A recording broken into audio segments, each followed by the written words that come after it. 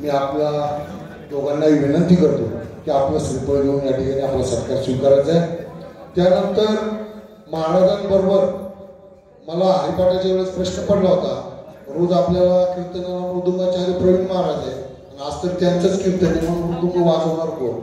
मी बारणीशी माझी शंकाही व्यक्त केली होती, ते म्हणजे त्यांच्याबरोबर ते मृदुंगाचार्य आणल्याशिवाय राहणार नाही।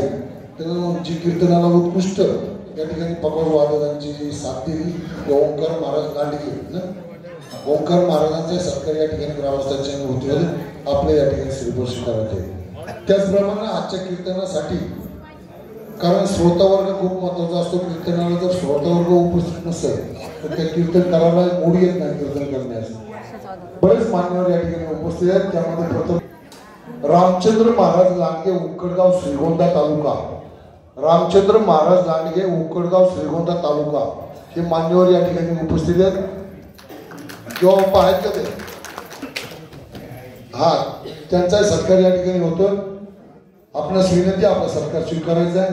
त्यानंतर मारुती मुके, दत्ताशेठ सूर्यवंशी चिखलगाव, त्याचप्रमाणे आपल्या शेजारी अवघर नगरीचे माजी सरपंच सभाजी मेटके, वाजवणी नगरीचे माजी सरपंच अर्जुन बच्चे, मारुती आंध्रे चेअरमन बबन मारुती आंध्रे, मुरलीधर बच्चे, आमचे सहकारी सीताराम बच्चे पाटील,